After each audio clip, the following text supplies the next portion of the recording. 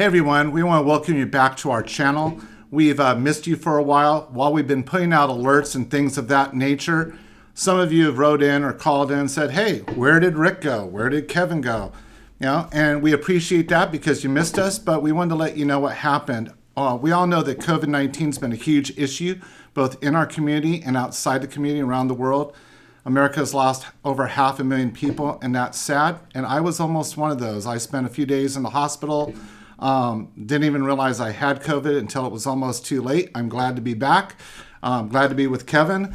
We always have a good time. And so today we're going to start talking about some of the things that are going on in your neck of the woods throughout the state and try to give you an enjoyable, somewhat funny, but very serious at the same time news about what you need to know as a 2A advocate. Hey, Kev. Hey, it's good to be back, and it's good to have you back. Yeah, first time in the studio together. This is going to be great. Let's just start off with the legislature. You and I have talked, I feel, to everyone out there and in between of just how this idea that you can run from California's politics, like, hey, I'm going to go to Texas.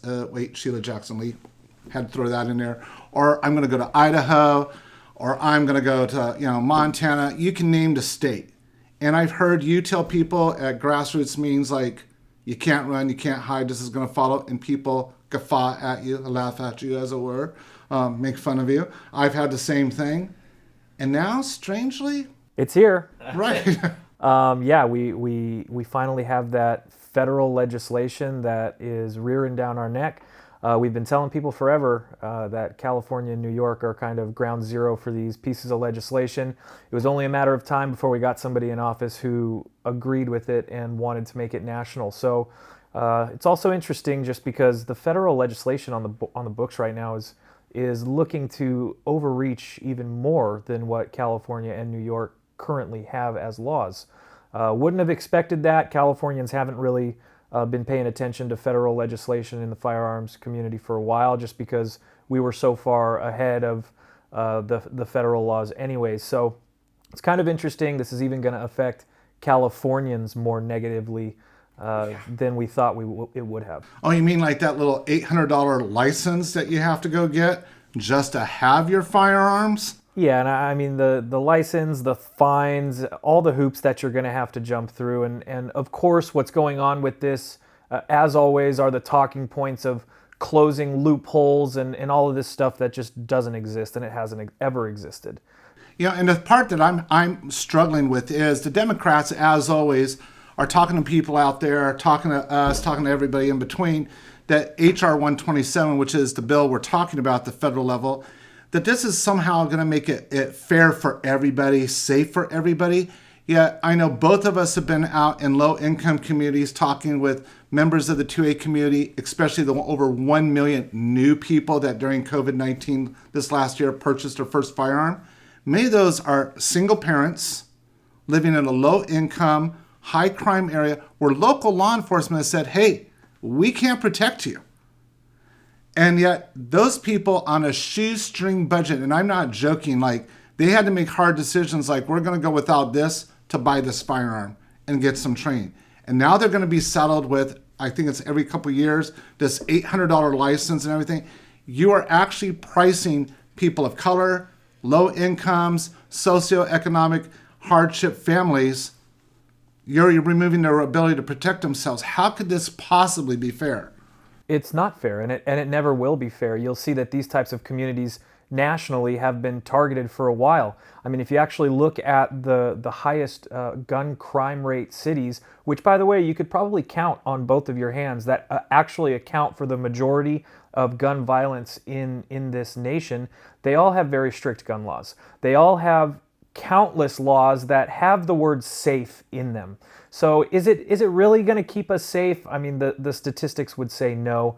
But yeah, I mean, specifically these communities with Democratic supermajorities have been targeted for a while. Yeah, and it doesn't stop because one of the things we always hear is like, well, California is like legislated itself to the point of like, there's nothing new. And yet there is. And, one of the things that I think everybody has to realize is California not only has a group of bills that we're going to talk about some of, in this show, but also there are like a half a dozen in each of the Senate and inside the Assembly spot bills, which are bills that, like, as soon as something happens at the federal level, Kevin, or the local level, that's all of a sudden going to become an anti-Second Amendment bill. Ooh. And we need to top it, right? Right. And I mean, the fact is that, I mean, I guess in the way that recycling creates new plastic, this could be considered a new bill. But really, we've been having this battle. I'm assuming you're talking about AB 264, Correct. which is a huge affront to property in California altogether. But it's recycled. We have been fighting this for a long time at the state and local level. And really what they've done is just tried to take it a step further. And maybe this ends up being a competition, right? California has to have the most progressive laws. So the federal government starts proposing this legislation. We have to take it a step further. But we'll see. It's really interesting if you want to go into maybe some of the ideas that are purported in this bill. Yeah, so in AB 264, so everybody understands, this is basically like the one shot across the bow to eliminate gun shows, to eliminate fairs that have firearms in, or any firearm activity, basically, with the exception of a governmental buyback of your firearms, would no longer be allowed on any property owned or administered by the state of California. But as this bill very quickly started to creep out into the legislature, it was like a bad knife commercial from back in the 80s or 90s. But wait, there's more. And that's what they just pulled was, oh, wait, there's more. And they extended it to local county properties. So now all 58 counties in California, those county properties, no ammunition sales, transfers, no firearm sales, transfers. And the way the language is left, that could be expanded even beyond that, with the exception of the government buyback, which we all know is illegal anyways, because a lot of those buybacks don't follow the rules with FFLs or federal firearms license dealers and things like that. So it's very intriguing to see how they are basically trying to set up with the feds a way to track all your firearms, take all your firearms, and not just cancel, but commit to a culture genocide here in the state of California. Well, yeah, and I think that there's a couple of things that need to be talked about with this bill that haven't really been discussed. I mean, the legislation by itself, we can call egregious all day long. Right. Essentially, it takes away gun shows in California. With the COVID pandemic, we've had millions of new gun owners. Right. Okay, something that needs to be discussed is, where are they going to get their training? Where are they going to get their influence? Gun shows are I'm going to interrupt you. You mean if someone's not trained, they might not be safe. So the very Democratic Party that says they want to increase gun safety is actually undermining that process? Yes, 150,000%. Okay, this is where people go to get information. And once again, they're taking it away. This is something that is only going to do more harm than good, because these people with limited information who are now new firearm owners, they need that information. Where are they going to go to get it? You know, you can only get so much information from somebody behind the counter at a mom and pop shop or a box store throughout the state. And how many times are you going to go back?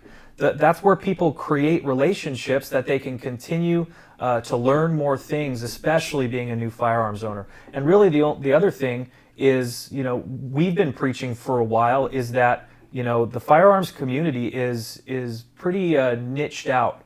There are several different factions, whether it's your hunters, your sporting, your sportsmen. Right. You know, this is a place where all of those people congregate. And I think that we've seen the tactics of California politicians going and trying to take on the firearms community.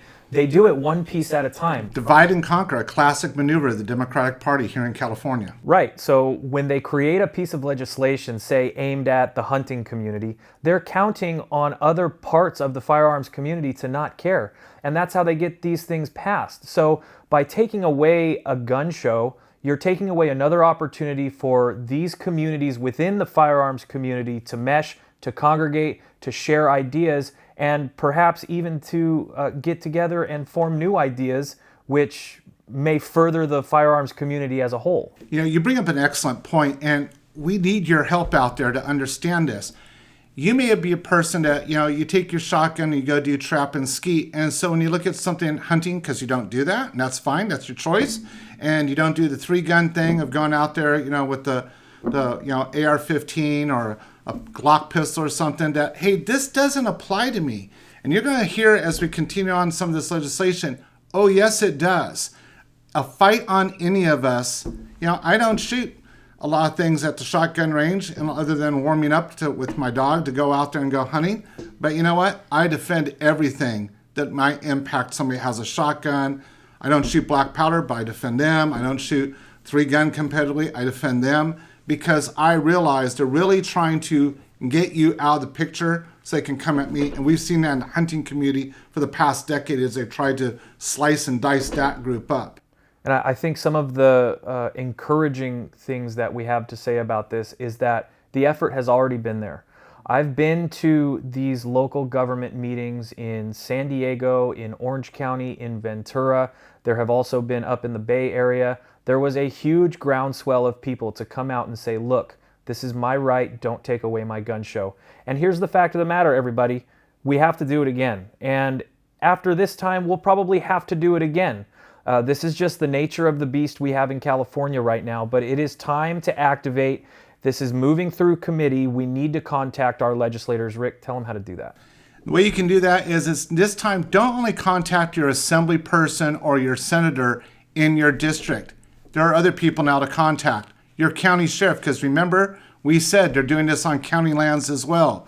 Your board of supervisors for your county. We need you to call, show up at their offices and apply pressure, because we need to turn those board of supervisors and those sheriffs on our side against the legislature to say this is not going to happen. Not the county level, not the state level.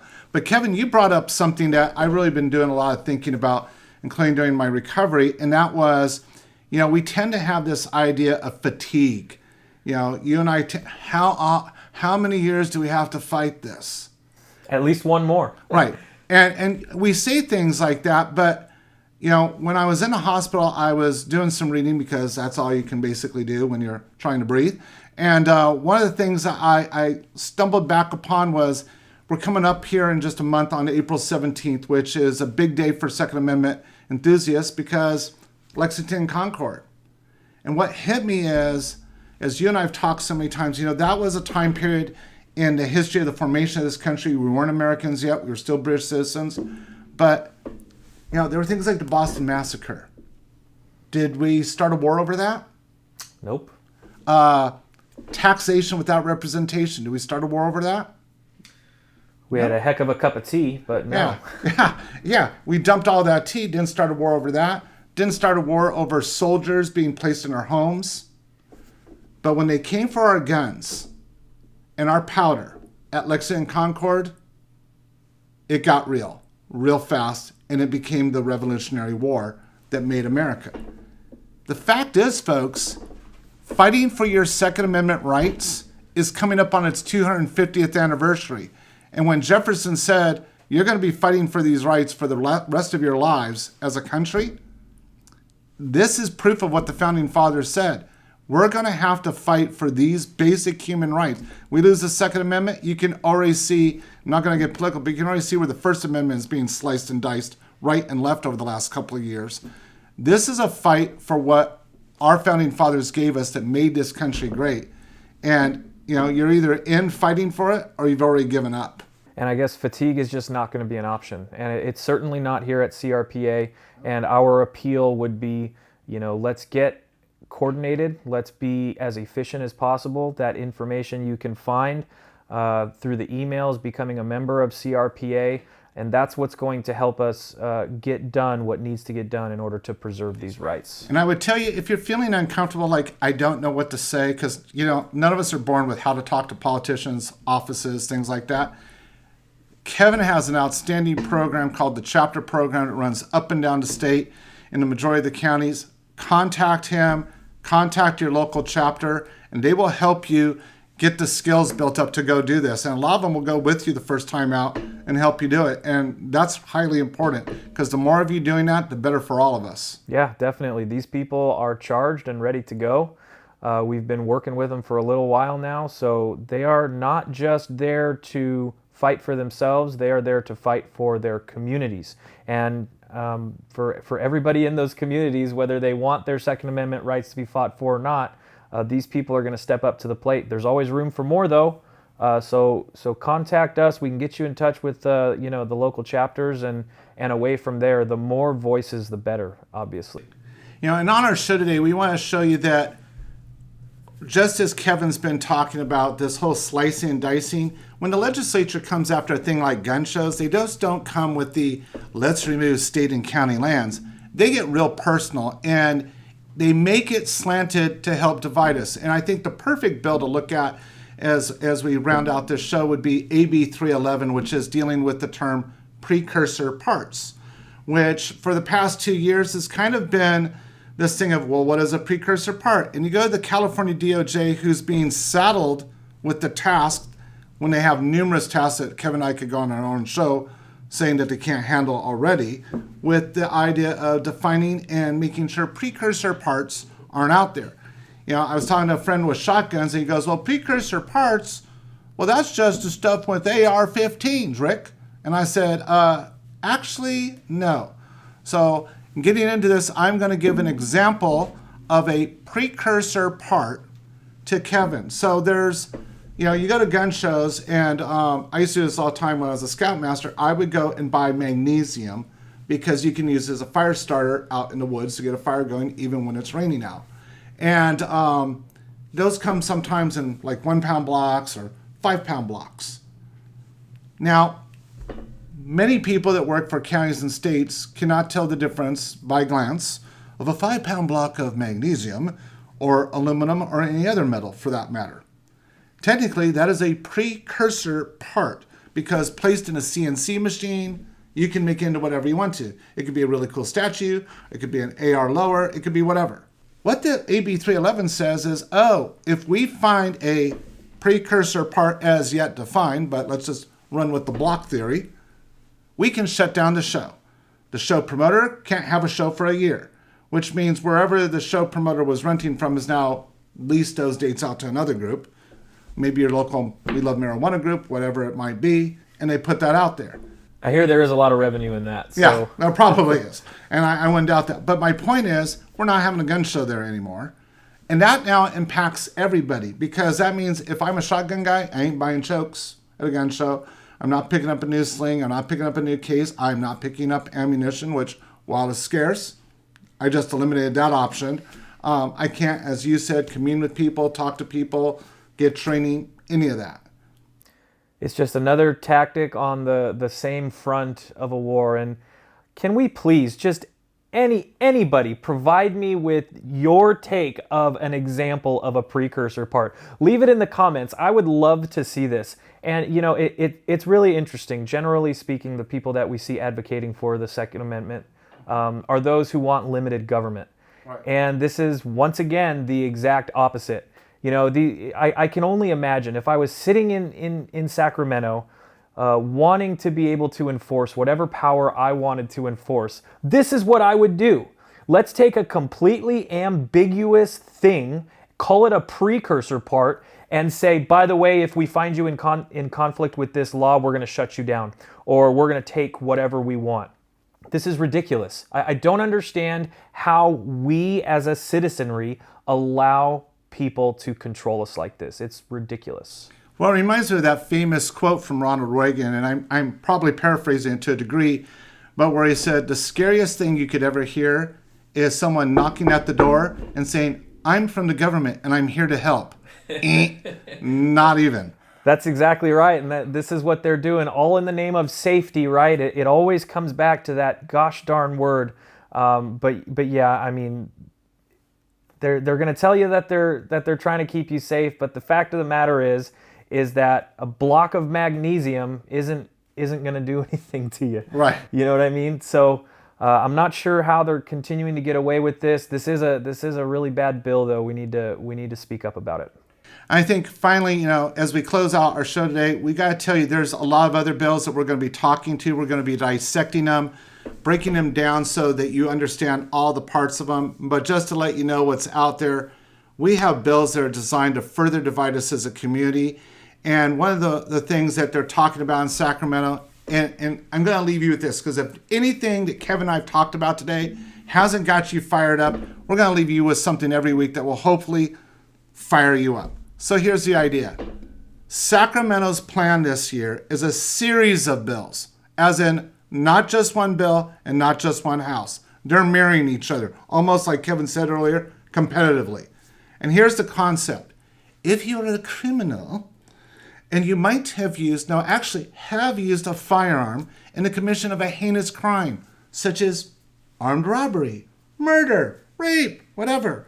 In the current system, that is added on, it's called an enhancement legally, to your normal sentence, which can bump you up to 10, 15, or 25 years to life. Well, criminals during COVID and other things, they shouldn't be treated so poorly. So what we want to do now for them is, in a series of legislations being proposed, is take those enhancements down to 1, 2, or 3 years. And as we've seen with our governor in the last year, if you only have a 1-year enhancement, oh yeah, you're out because of COVID, as an example. However, at the same time, you law-abiding citizens that follow this program, that same legislature wants to have enhancements. If you break any of these new laws, you get to go to jail for 10, 15, or 25 years, both at the state and federal level, meaning we switch places. The bad guys who would want to kill your families get out, and you who want to protect your families go in. Have I said it any better, Kevin? I mean, it's backwards, but yeah, this is the trend. It's been there for a while. This is just a step further. I mean, we gotta stop letting the real criminals out of jail and continue to propose legislation making law-abiding citizens criminals, which essentially is what this is. It's gotta end. Be safe, shoot straight, and please fight back for your rights.